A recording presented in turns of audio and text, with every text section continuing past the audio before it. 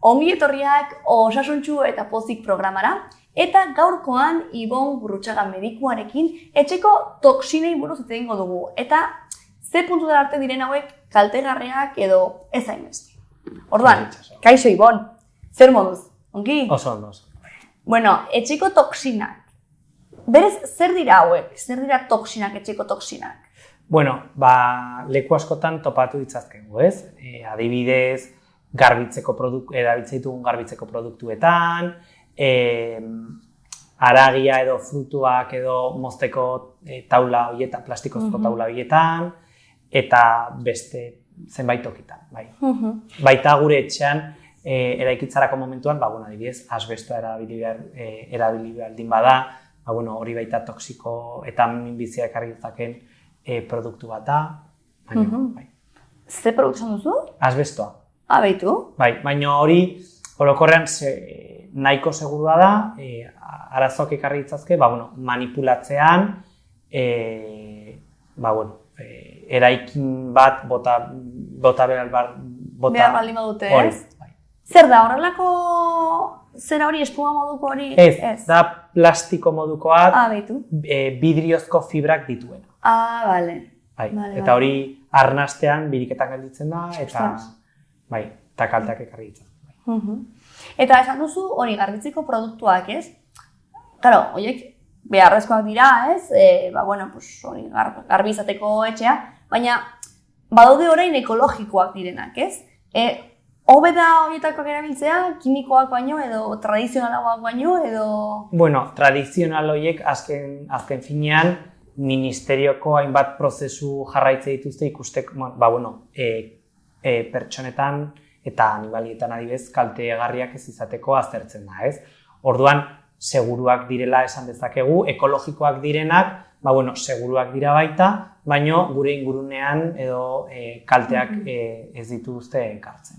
Orduan ekologikoak dira gehiago gure ingurumena zaintzeko, gure osasuna baino. Esan dezake, hori esan dezake, bai. Eta gero mozterakoan ere bat esan duzu taulak eta baita ere tresnak, esan hori da, ez, plastikozkoak direnak, ez direla oso onak guretzako, baina baita ere entzuna daukat, adibidez, egurrezkoaketak baita ere bakteria asko metatzen dituztela. Orduan?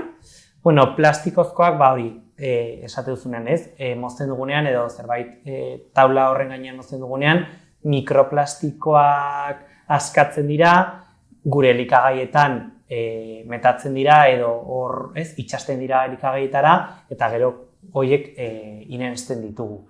Eta ekarri dezakena mikroplastiko horiek gutxinaka, alterazio hormonalak besteak beste gure gorputzean. Egurrezko taulak adibidez, hori esaten da bakteriak egormetatu daitezkela, ongoren bat baita, baina ondo garbitzen baldin baditugu, ez dituzte arazorik ekartzen. Eta baita, baitugu zeramikazko taulak, horiek erabilia ditzazkegunak baita.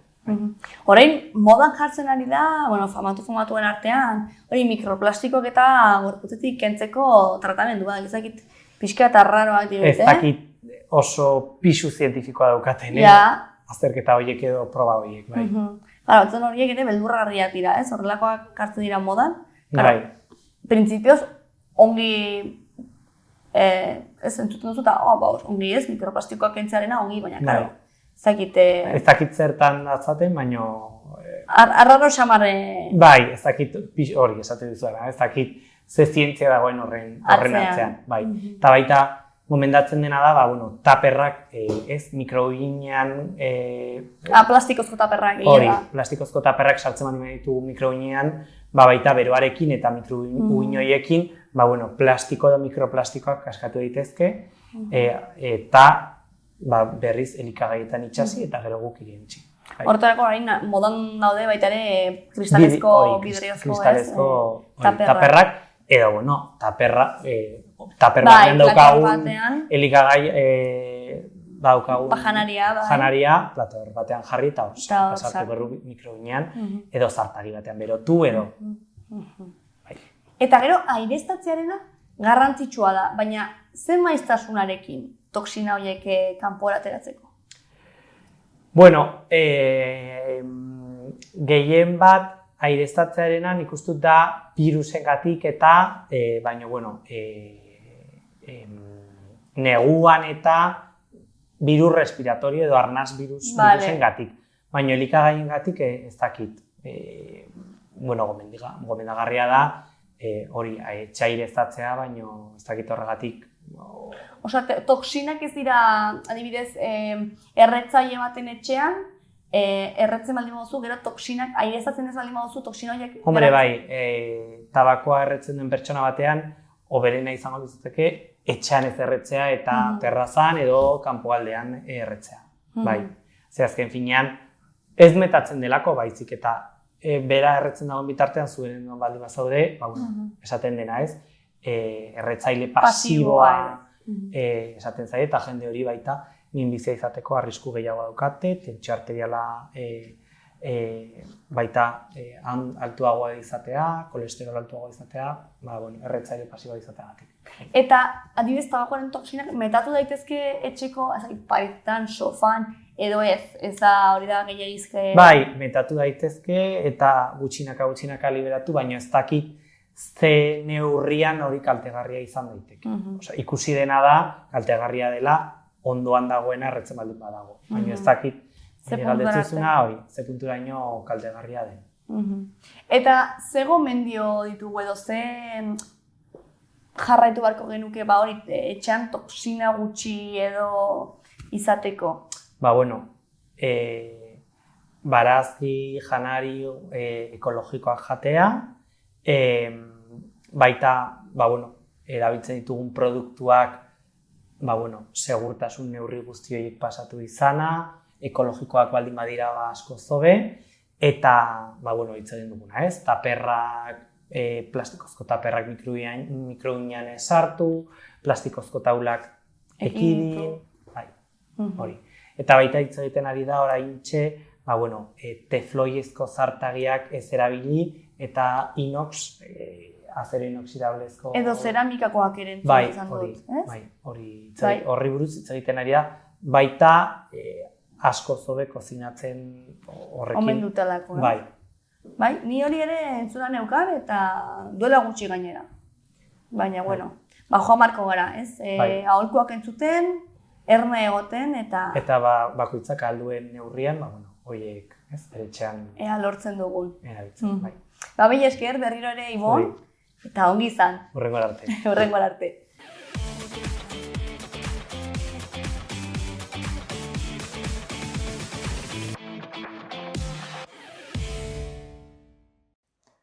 Arnaz gaixotasunen prebentzioa. Aire kutsatuak, asma, bronkitis kronikoa eta beste arnaz gaixotasun batzuk eragiten edo larriagotzen ditu. Aire garbiak arnasketa sistema osasuntsu mantentzen laguntzen du, bereziki haur, adineko eta gaixo kronikoetan. Gaixotasun kardiobaskularren arriskua gutxitzea. Airearen kutsadurak bihotz guruin sistemari kalte egin dizaioke. Partikula kutsatzailek odolera iris daitezke eta horrek hipertensioa, bihotzekoak edo iktusak eragin ditzake. Kalitatezko airea prebentzio eraginkorra da. Ingurune osasuntsuen sorrera eta ongizate orokorra. Ingurumen garbi eta seguru batek pertsonen ongizate fisiko eta emozionala hobetzen du. Naturarekin kontaktuak estresa gutxitu, loaren kalitatea hobetu eta ariketa fisikorako motivazioa handitu dezake. Klima aldaketaren aurkako neurrien babesa. Ingurumen osasunaren sustapena klima aldaketaren aurkako borrokan ere laguntzen du, karbono isuriak murriztuz eta jasangarritasuna bultzatuz. Horrek osasun kolektibo eta planetarioaren arteko lotura indartzen du.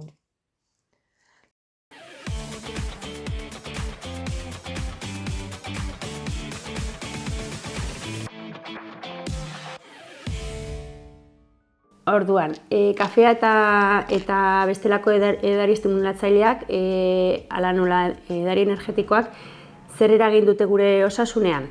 Alde batetik, kafeina eta loarekin erlazionatuta, honi buruz esan kafea estimulatzaile natural bat dela eta loaren kalitatean eragin zuzena izaten du. ikerketek erakusten dute kafeinak melatoninaren ekoizpena murrizten duela. Hori da melatonina da gure gorputzaren loaren hormona, ez? Eta ondorioz lo egiteko denbora luzatu eta lo sakona murriztu dezake. Atxaldeko bi edo 3 orduetatik aurrera hartzen den kafeak loari kalte egin diezaioke, baita pertsona bakoitzaren sensibilitatearen arabera gehiago edo gutxiago pertsonaren arabera. Kafearen onurak eta arriskuak zein dire. Bueno, alde batetik onurak, egiaren onura batzuk baditu kafeak eta neurriz kontsumituta erran behar da konzentrazioa eta alerta hobetzen duela. Antioxidatzaile ugari ditu, beraz, ikerketa batzuen arabera 2-3 kafe egunean hartzeak bihotzeko eta zenbait gaitze neurologikoen arriskua murriztu dezakete. Baina gehiegizko kontsumoak nerbiosistemaren gehiegizko estimulazio bat sortzen du, antsietatea, dardarak eta sominkortasuna sortuz. Tentsio arteriala ere igo dezake, bereziki kafeina asko kontsumitzen dugunean, eta noski loaren kalitate txarra eta mendekotasun txikia ere sor dezake. Gero, edari energetikoen eraginari buruz, edari energetikoek kafeina ugari dute, baina ez hori bakarrik, azukrea, taurina eta beste estimulante kombinazio batzuk ere izaten dituzte. Horrek egiten du bihotze maiztasuna handitu eta presio arteriala igoarazi. Gainera, nerviosistema gehiagi aktibatzean, nerviosistema gehiagi aktibatzea eragin dezake eta gazteengan arritmiak eta antsietate krisiak agertzea ez da inarraroa. Edari hauek ez dira gomendagarriak adin txikikoentzat, haurdun dauden emakumeentzat edo bihotzeko arazoak dituztenentzat.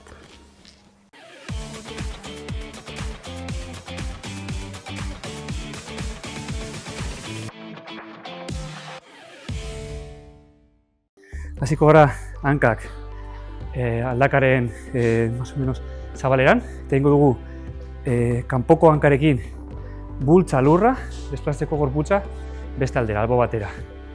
Ingo dugu saiatu beti oina aurrera eramaten, ez badago mugikortasuna aldakan, buruan baindeak egin dezakegu bizkat ireki, baina orduan ere belauna jarraituko dio behatzei. Hau ez dugu bilatiko, baizik eta beti alineazioa, rotula eta bigarren atzarekin. Eta bueltako. Hemen, tak, beste hanka luze eginda, eta gora. Hemen, ahalik eta vertikalena torsoa beti, eta etorri. Lehengoan bezala, ez badago posibilitateik egiteko lantxa, ez badago mina agertzen bada, intereseko bakarrik squat laterala. Izango zela hemendik, izango zen regresio bat. Eta hemen, hau egin, eta gora. Eta beti, alineazioa mantenduz. Hor, albotik, nola ikusiko zen, hemen, ahalik eta vertikalena, gorputza, eta lantza izango zen.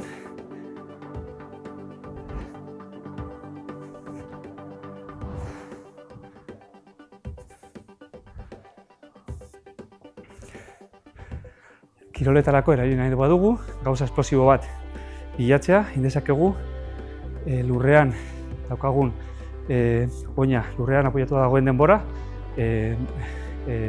murrizten, zehatuko gara, egiteko esplosiboa. Zehatuko gara egiten, junda etorri, alik eta azkarrena. Zango zen hemen, hop, eta fuerte bueltatu. Hori kiroletarako, esplosibidadeko kiroletarako, eta multidirekzioa behar duten kiroletan.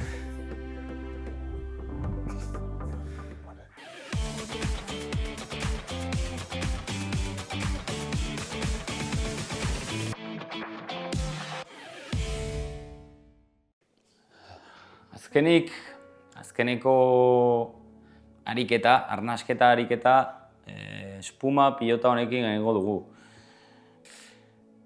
Pilota hau ez oso handia izatea saiatu.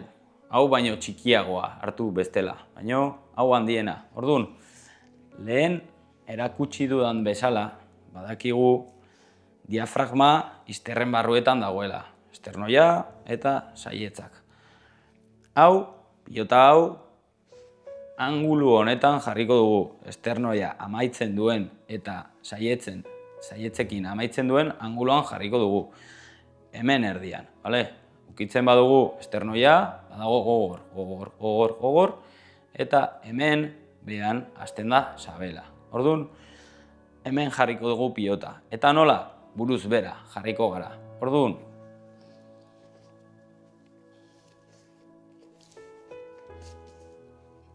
buruz bera nabarituko dugu.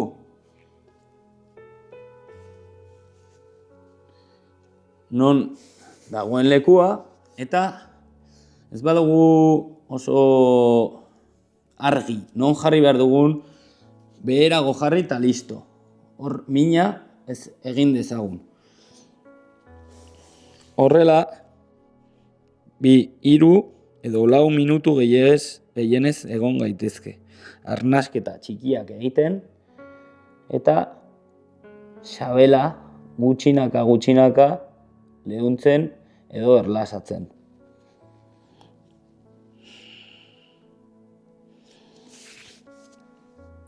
Esan dudana, 3 edo 4 minutu.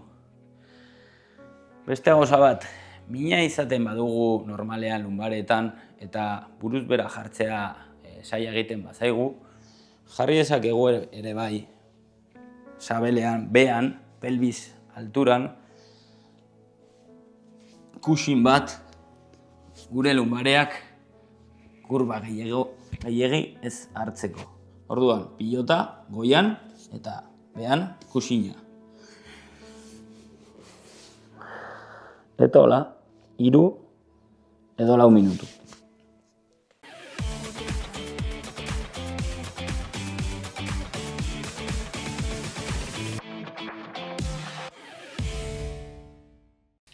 Zure burua ezagutu eta zure mugak errespetatzea estresaren kontrako baliabiderik onena da. Zergatik, ez daukagunean kontrolik egiten ditugun gauza guztietaz, beti korrika ibiltzen garenean ez garelako tokietara edo egin beharretara iristen, beti gauzak pilatzen zaizkigunean, hor agertuko zaiguna naturalki estresa da. Kortisola izugarrigoko da, eta bukle batean sartuko gara gainera. Zergatik, estresak hori elikatzea eskatzen duelako berez. Bai, daukat, heltzen ez naizen horren sentsazioa, eta orduan eskatzen dit geroz eta azkarrago egitea, berriro bukle horretan sartzea, estresa gehiago handituz, eta horregatik oso importantea da gelditzea, gauzak ordenatzea, ideiak, egin beharrak, ingurunea dena, gelditu eta esan, nola egingo dut nire bizitza hobeto bizitzeko, nik dauzkadan gaitasun eta baliabideak kontutan harturik. Respetatu behar ditut nire orduak, nire elikatzeko momentuak, nire deskonektatzeko eta atsedena hartzeko tartetxoak eta bar. Zergatik, bestela, sortzen diren gero desoreka fisikoak eta mentalak oso arriskutsuak dira. Horregatik sortzen dira gero bihotzekoak agian, bizkarreko min handiak, oso handiak, mugitu ezinekoak, edo nahasmenduak, antsiedadeak, depresioak eta bar. Horregatik oso ongi ezagutu behar dugu gure burua. Zer naiz gai egiteko? Zenbat denbora daukat gauzak egiteko? Errealitate bat ote den gauza guzti horiek egiten alditudan eta nola. Eta ere bai, gure burua lasaitzeko gaitasuna eduki ez, nola. Esanez, nire bizitza eta nire egin beharrak honela antolatu ditut, gai naiz, denbora daukat, eta horrek segurtasuna emanen digu, eta segurtasunak lasaitasuna emango digu, estres hori jeitxiaz. Eta gero baloratuz, ez? Oso azkargoa zenean, ez dut baloratzen bukatutakoa, beste urrengoarekin ja sartu naizelako. Bukatzen dudanean gauza bat ere bai, gelditu, baloratu, eta nire burua ere refortzatu, ez? Eta esan, ikusi duzu zeinen ongi egin duzu nau, lengoren joango gara beste gauza baten bila. Baina hori, gai izan behar dugu gure burua ongi ezagutzeko, gure limiteak eta ongi ezagutzeko, eta ez pasatzeko, bestela, oso egoera larrian buka dezakegu, Eta ziur nago inguruan begiratzen baduzu zagutzen dugula beti norbait bukatu izan duena ohean ezin duelako altxatu, edo psikologoarengana edo psikiatrarengana joan izan dena medikazioa behar izan duelako, eta bar. Hobe da gauzak poliki egin, gauza gutxiago egin, eta horrek zoriontsuago egingo gaitu, gauza asko egiteagatik ez gara hobeto sentituko. Lortuko duguna da estresa handia eta ongizate hori joan egingo zaigu horrela.